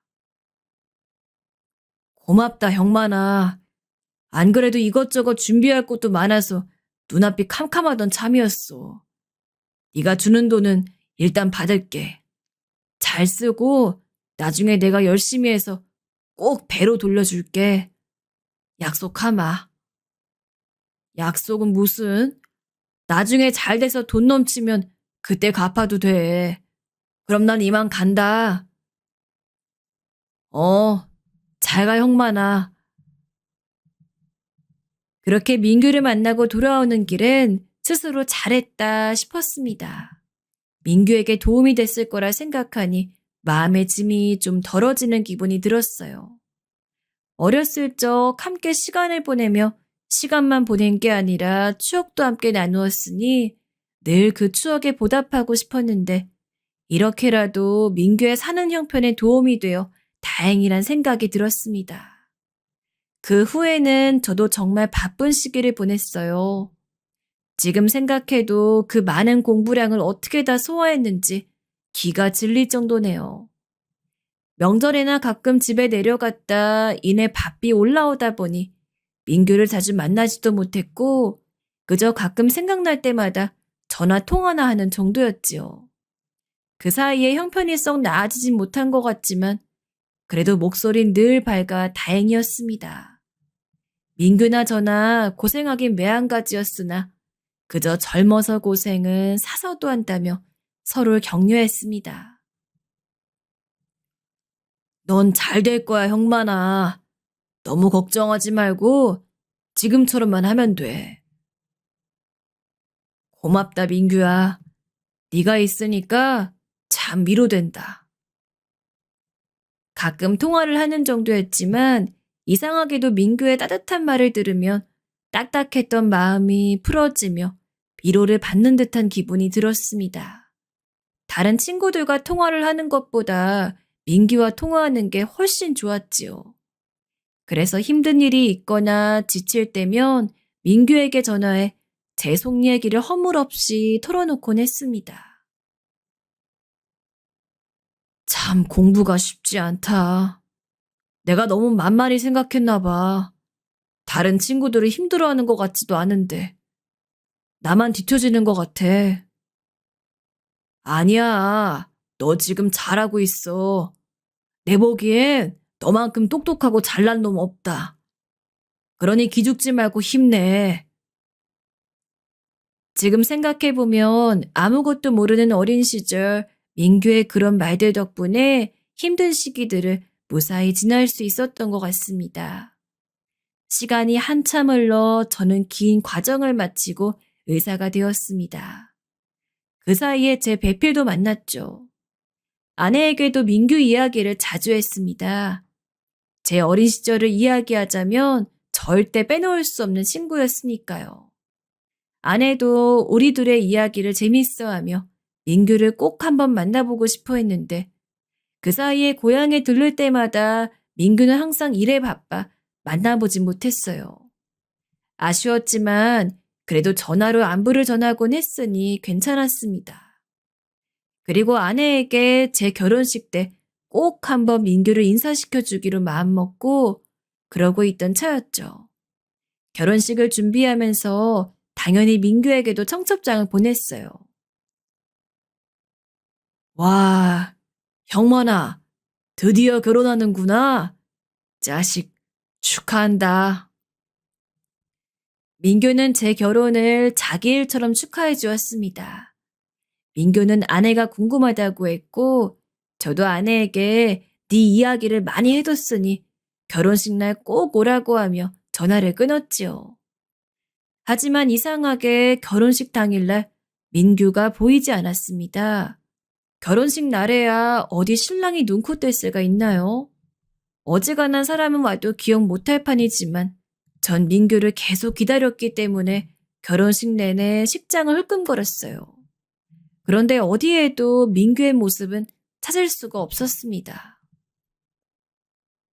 지훈아, 민규 못 봤냐? 민규? 글쎄, 못 봤는데 왜? 민규 안 왔어? 그러게, 민규가 안 보이네. 고향 친구에게까지 민규가 어디 있는지 물었지만 친구도 민규를 보지 못했다 했습니다. 사진 찍을 때가 되니 안달이 나기 시작하더군요. 하는 수 없이 결혼식 사진에 제일 친한 친구가 빠지고 말았죠. 지금도 좀 못내 아쉽습니다. 20대가 되고부턴 바빠서 서로 같이 찍은 사진 한 장 남겨둔 게 없는데 말이죠.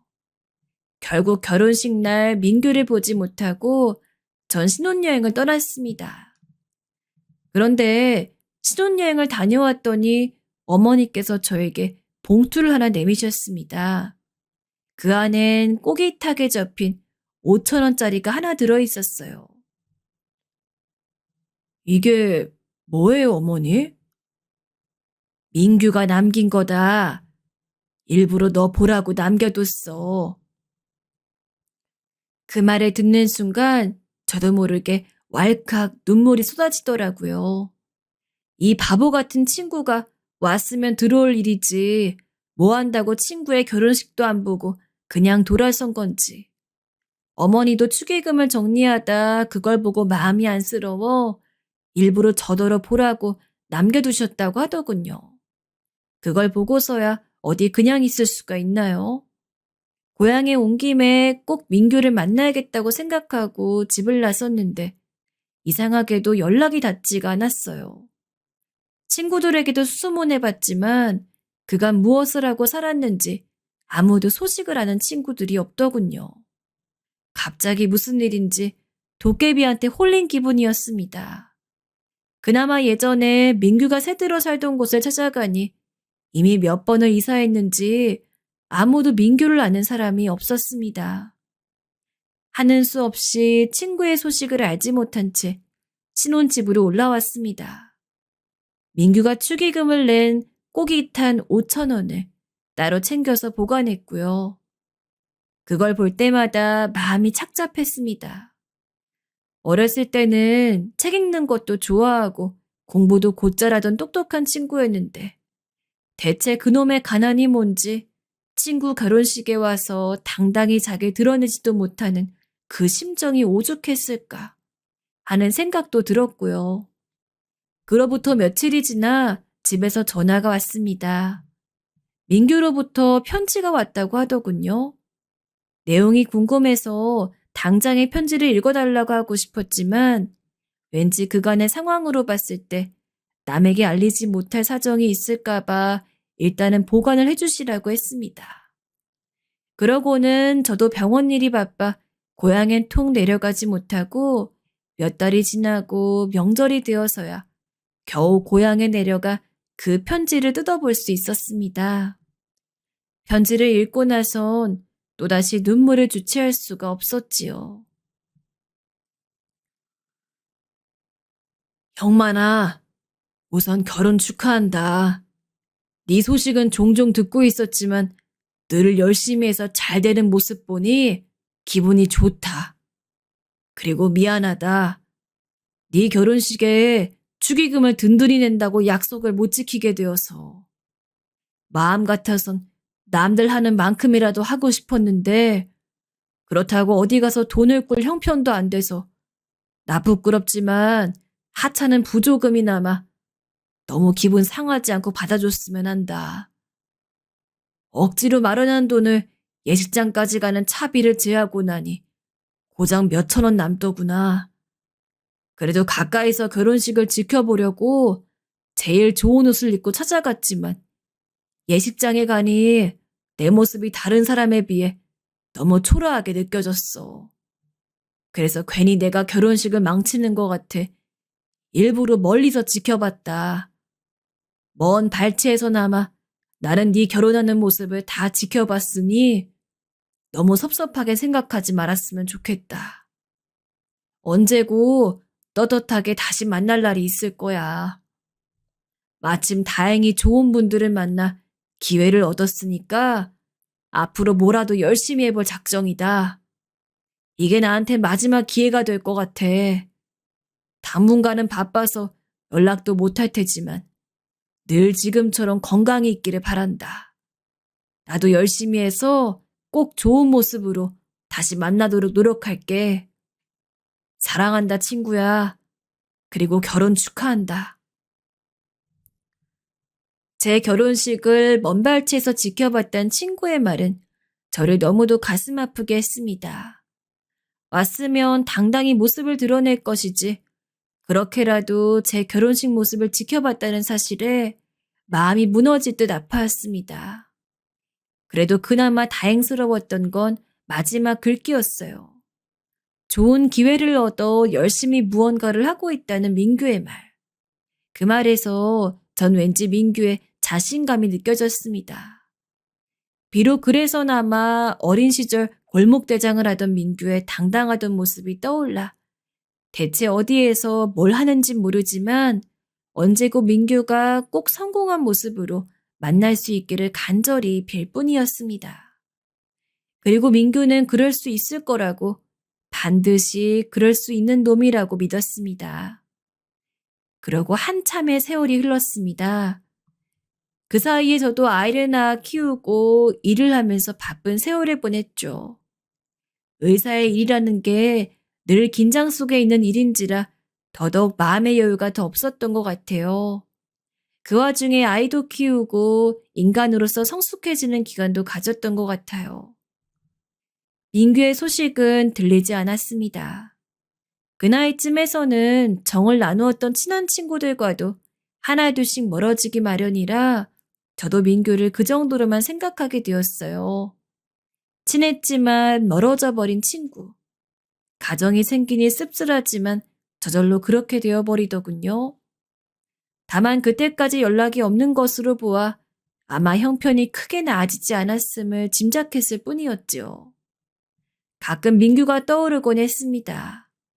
술을 한 잔 마시거나 가만히 있다 보면 어렸을 적 민규의 모습도 생각이 나고 우리가 함께 놀던 굴다리가 떠오르기도 했어요.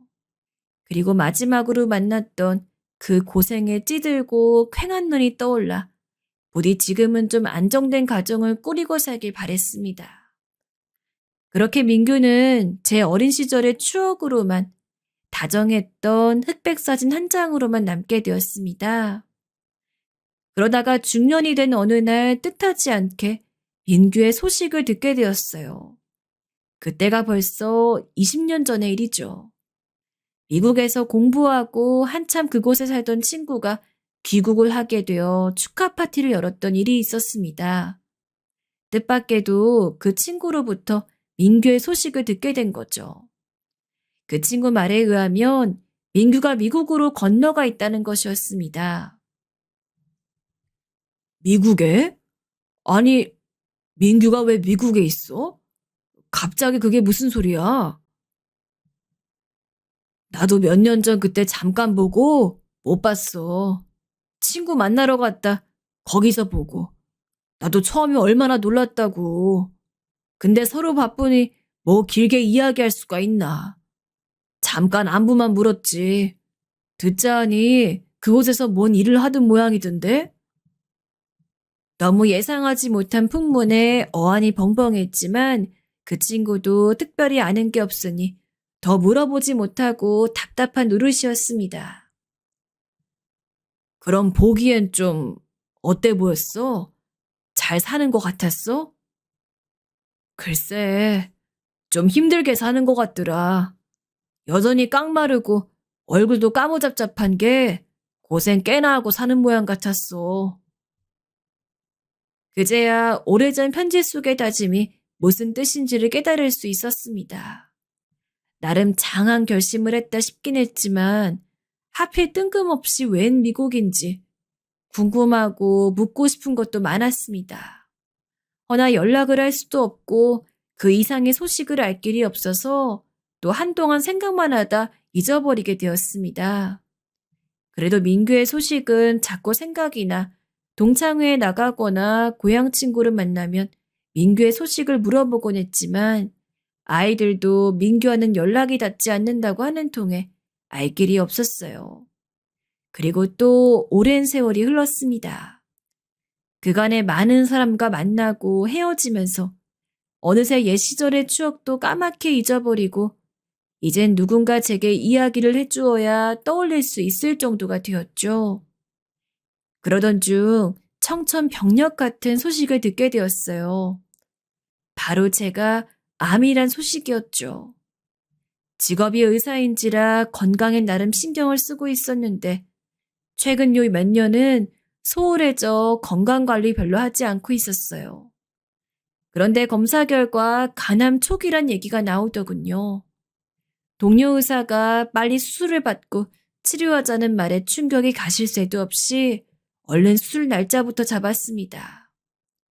수많은 환자를 봐왔지만 막상 제가 의사로서 이런 진단을 받게 되니 환자의 심정이 더 이해가 가더군요. 참 막막하고 힘들었습니다. 물론 치료를 잘 받으면 충분히 나을 수 있는 암이었지만 재발률 높은 간암에 걸렸다 생각하니 앞이 깜깜해지는 건 어쩔 수 없었어요. 그런데 그때 문득 친구가 생각이 났습니다. 오래전에 보고 보지 못했던 친구가 잠결에 문득 떠오르더군요. 친구가 웃는 얼굴로 제게 손을 흔들고 있었는데 그 장소가 마침 시장통이었어요. 우리가 함께 어울려 놀던 시장통에서 친구는 환히 웃고 있었어요. 그 모습을 보는데 꿈결이라도 눈물이 나서 그만 펑펑 울고 말았습니다. 당신 괜찮아요? 여보, 여보. 아내가 흔들어 절 깨웠지만 전 한참을 일어나지 못하고 끄끄거렸습니다. 왜였을까요? 갑자기 어린 시절이 그리워진 건지 그때로 돌아가고 싶은 마음이 들었던 건지 알 수 없는 슬픔과 먹먹함이 저를 덮쳐오는 듯 했어요. 다행히 수술이 잘 끝나고 아내의 도움으로 회복도 되어 짧은 시간 안에 일에도 복귀할 수 있었지만 꿈속의 그 친구의 모습만큼은 잊혀지지 않고 계속 맴돌았어요. 그리고 몇 년 후에서야 꿈속에서 보았던 옛 친구를 다시 재회하게 되었습니다. 참 그러고 보면 인연이라는 게 즐기고도 기가 막힌 법입니다. 작년에 큰아들의 결혼식이 있던 때였어요. 경사를 맞아 식구들 모두가 들떠 있었죠. 마음처럼 성대하게 일을 치르긴 곤란했습니다.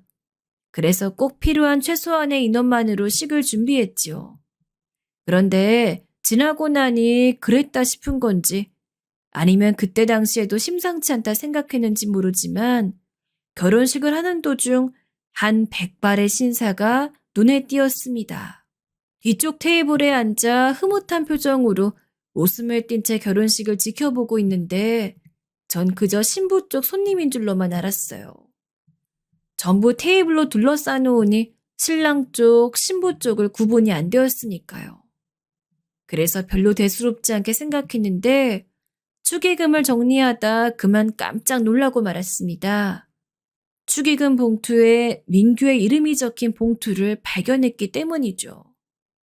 까맣게 잊고 지냈던 친구이고 연락할 방도도 없어 전혀 신경도 안 쓰고 있었기 때문에 처음엔 동명이인인 줄로만 알았는데 아무리 생각해도 그 이름을 쓰는 사람은 제 옛 친구밖에 없었습니다.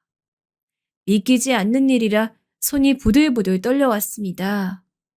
옆에 있던 아내도 제 손을 잡으며 당신 친구냐고 속삭이듯 말했습니다. 여보. 그런데 아내가 봉투를 확인하더니 놀란 목소리로 저를 불렀어요. 돈이.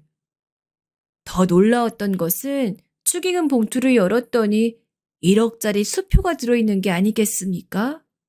세상에, 이게 무슨 도깨비 장난도 아니고 아낸 축의금 봉투에서 1억이 나오니 뭔가 일이 잘못된 것이라며 신고를 한다 어쩐다 야단이었죠.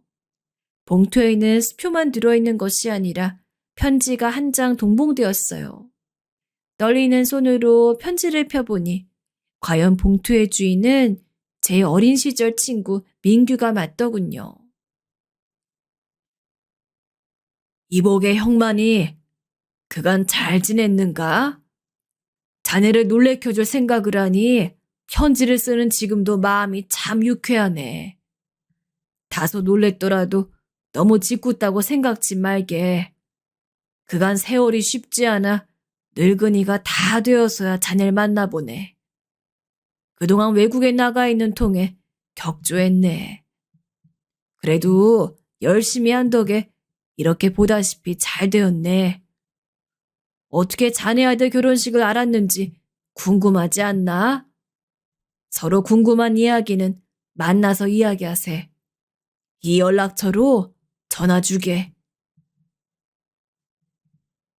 1억짜리 수표를 손에 쥐고 심장 떨리는 기분으로 편지를 읽었습니다. 그리고는 아내의 편지에 적힌 연락처로 전화를 했지요.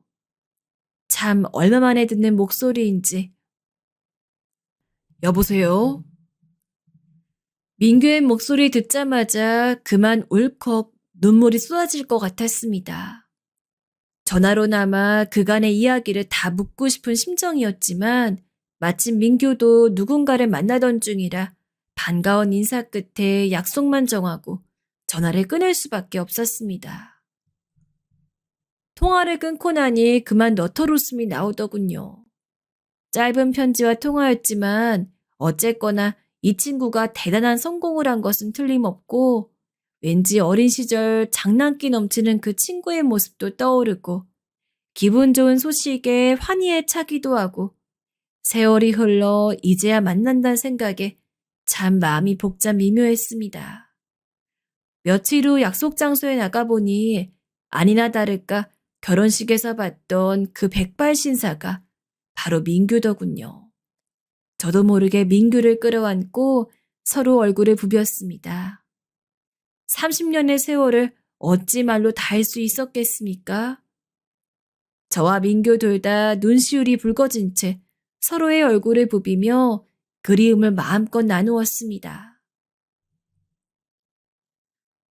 이렇게 널 여기서 만날 줄이야. 나는 상상도 못했어. 이제 널 못 보겠다 싶었는데. 그치? 나도 그랬어. 근데 자네를 잊을 수가 있나. 민규는 제 어깨를 쓰다듬고 자리에 앉힌 후 천천히 지난 이야기를 시작했습니다. 민규의 성공 과정도 꽤나 기가 막히더군요. 마치 자서전을 읽는 것 같았습니다. 그러니까 제가 막 결혼 준비를 하던 그때의 일이지요. 그 당시 민규는 카센터에서 일을 하고 있었는데 당시엔 월급도 많지 않고 그 돈으로 자식 둘을 키우자니 그저 나날이 빠듯한 생활의 연속이고 빚만 안 지면 다행이라 할 형편이었다고 합니다. 기술이나 배워서 자기 이름으로 카센터를 차리고자 하는 소원만 품고 있었지만 그것도 돈이 있어야 가능한 일이죠. 그대로는 도저히 앞날이 보이지 않아 고민이 나던 민규에게 때마침 혹할 만한 제안이 들어왔다고 하네요. 외국엔 기술자가 대우를 받으니 한국 땅에 이대로 있는 이보다 미국으로 건너가 그곳에서 일을 하자는 제안이었고 민규는 낯선 타향에서 생활할 것을 생각하니 막막했지만 이대로 답도 없는 생활을 하는 것보단 부딪혀 깨지더라도 한번 가보자는 심산으로 미국행을 준비했습니다. 솔직히 너무 막막했어. 아이도 키워야 하고 돈 들어갈 땐 투성인데 방법이 없으니까. 내가 대학을 나온 것도 아니고 가진 건 기술뿐인데 여기선 알아주질 않으니까 그래서 어떻게든 한 몸 던져보자 싶어 가족들 이끌고 다 미국으로 간 거야. 근데 거기서 고향 친구를 만났지. 민규는 미국에서 처음 터를 잡을 동안 부침이 많았다고 했습니다. 그거야 굳이 듣지 않아도 미루어 짐작할 수 있는 일이었지요. 민규는 그 시절을 회상하며 정말 지옥 같았다고 이야기했습니다. 언어도 문제였지만 외국인에 대한 차별도 상상을 초월했고 매일 밤엔 술을 먹어야 버틸 수 있었다고요. 하지만 이왕 여기까지 온 거 포기할 수가 없어 버텼다고 했습니다. 고향 친구와 마주친 것도 그 즈음의 일이었다고 합니다. 꾀죄죄한 옷차림으로 만난 게 부끄러워 집에 돌아가는 내내 울었지만 민규는 아무리 힘들어도 이젠 돌아갈 집도 없다고 생각하며 이를 악물고 일만 했다고 합니다. 오기와 도끼, 그거로만 살았는데 그게 나한텐 좋은 점으로 작용했어. 현지 사람들한테 인정을 받고 나선 차츰 좋은 기회를 얻었어. 마침내 내 카센터까지 열 수 있게 되었지.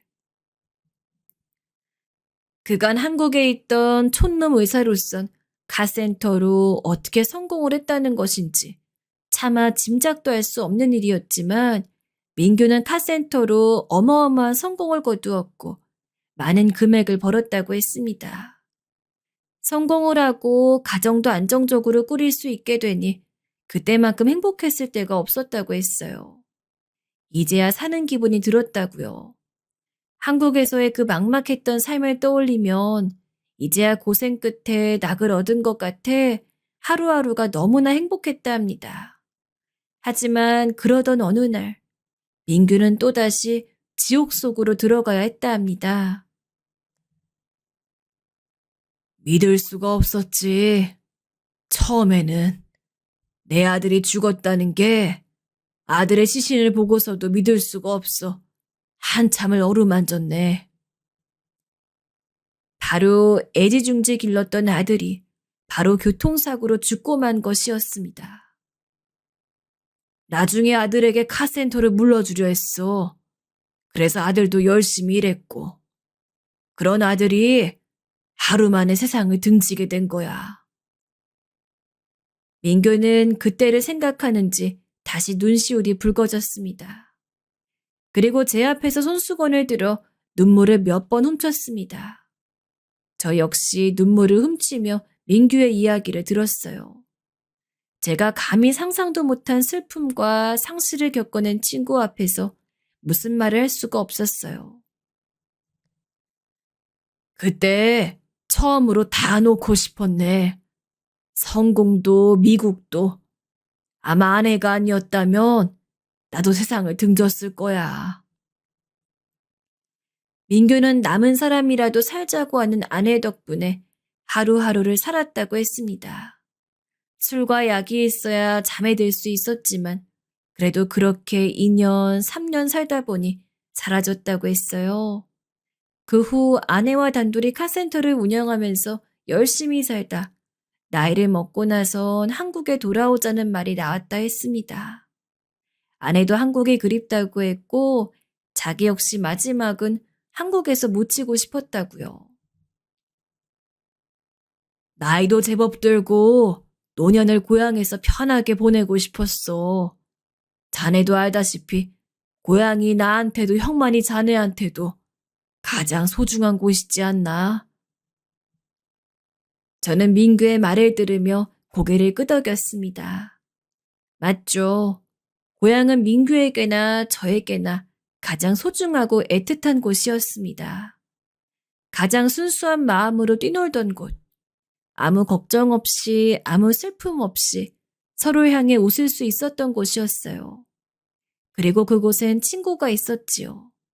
너무도 소중한 친구가. 멀고 먼 세월을 돌아 이렇게 만나게 된 친구가요. 그렇게 민규는 한국에 돌아와서 가장 먼저 고향에 내려갔다고 합니다. 저 말고도 한 친구에게 도움을 받은 것이 있어 그 친구를 찾아갔다가 그 이로부터 제 아들의 결혼 소식을 듣게 된 것이죠. 마음 같아선 당장에 저를 만나고 싶었지만 일부러 저를 깜짝 놀래켜주기 위해 결혼식 당일까지 몇 달을 벼르고 있었다고 하는군요. 자네한테 얼른 연락하고 싶었는데 마침 아들 결혼식이라지 않나? 이거 기회다 싶었지. 자네도 기억나지? 내가 자네 결혼식에 축의금한 거. 사실 그때 5천 원 하면서 내가 꼭 반드시 성공해서 자네의 자식 결혼 때에는 1,000배로 부조금을 내겠다 다짐했었거든. 근데 세월이 하도 지나노니 그깟 500이야 누가 못하겠나 싶더구만. 그래서 까짓 만배다. 내는 김에 모두 치졸하다. 1억. 그 정도는 돼야 자네가 깜짝 놀랄 거라 생각했지. 에이, 이 사람아. 아이, 그래도 결혼식 축의금에 1억이라니. 어디 재벌끼리도 그런 소리 못 들어봤네. 안 그래도 내가 돌려주려고 생각하고 있었어. 이 사람은 자네가 그럼 어디 재벌들 부조하는 거 봤단 말이야? 그리고 그걸 꼭 돈으로 생각해야 좋은가? 예전에 자네가 나한테 300을 준 적이 있었지? 그걸 지금 돈으로 따지면 값어치가 몇 곱절은 될 거야. 그리고 금액이 문제가 아니라 그때 그 돈은 나한테 그냥 돈이 아니었어. 애는 태어나지 집안에 돈이라고 눈을 씻고 찾아도 없지. 자네가 아니었으면 그 비참함을 어찌 견뎠겠나. 자네 덕분에 나도 이까진 놈의 세상, 이런 친구들을 둔 내가 왜 기죽어 사냐. 나도 한번 번듯이 성공해보자 하는 마음 품을 수 있었어. 그 돈은 나한테 희망이었어. 잘 살 수 있단 희망. 고맙네. 정말로 너무 고마워. 지금 생각해보니 내 생애에서 고마운 사람들이 한둘이 아니었더구만. 그걸 너무도 늦게 깨달았지만. 전 고개를 절레절레 저었습니다. 민규만 그리 느낀 게 아니었습니다. 저 역시 친구로 인해 힘든 수련의 시간을 견딜 수 있었고 친구의 따뜻한 말 몇 마디로 안식을 되찾을 수 있었습니다. 자넨 내게 고향 같은 친구야. 민규는 제게 고향 같은 친구였습니다. 언제 어디서든 돌아가고 싶은 곳, 찾아가고 싶은 곳, 그런 친구였어요. 나이가 들고 시간이 흘러 기억에선 잊혀져 갔지만 마음에선 계속 갈망하고 그리워하던 친구였지요. 그런 친구를 지금이라도 만나 감사의 따름이었습니다. 전 그날 민규와 함께 술을 한 잔 기울이곤 집으로 돌아와 아내에게 민규 이야기를 꺼냈어요. 아내도 무척 놀라하며 지금이라도 만나 다행이라고, 다행이라 말했습니다. 정말 사람이년 신기하네요. 참, 다시 못 볼 거라 생각했는데. 그러게 말이야. 나도 민규는 못 볼 줄 알았는데 이렇게도 만나지는구만. 아내의 말대로 사람의 인연이란 참 신기하기도 하고 귀하기도 합니다. 뜻하지 않았지만 이루어지고 만나고 싶어도 선뜻하지 않을 때가 있으니까요. 친구에게 닿고 싶을 땐 마음처럼 되지 않다.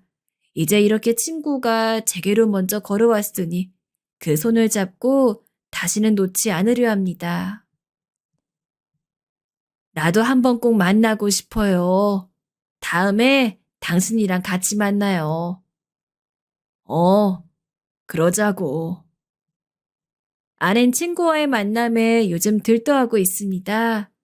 친구에게 말했더니 친구도 그럼 재수 씨를 데려가겠다 하더군요. 그러고 보니 재수 씨도 오랜만에 보네요. 내 사람이 만날 걸 생각하니 벌써부터 마음이 흐뭇해집니다. 또 그렇지 않아도 저도 수년 내로 은퇴를 마음먹고 있었는데 함께 노년을 보낼 친구가 생겨 얼마나 마음이 든든한지 몰라요.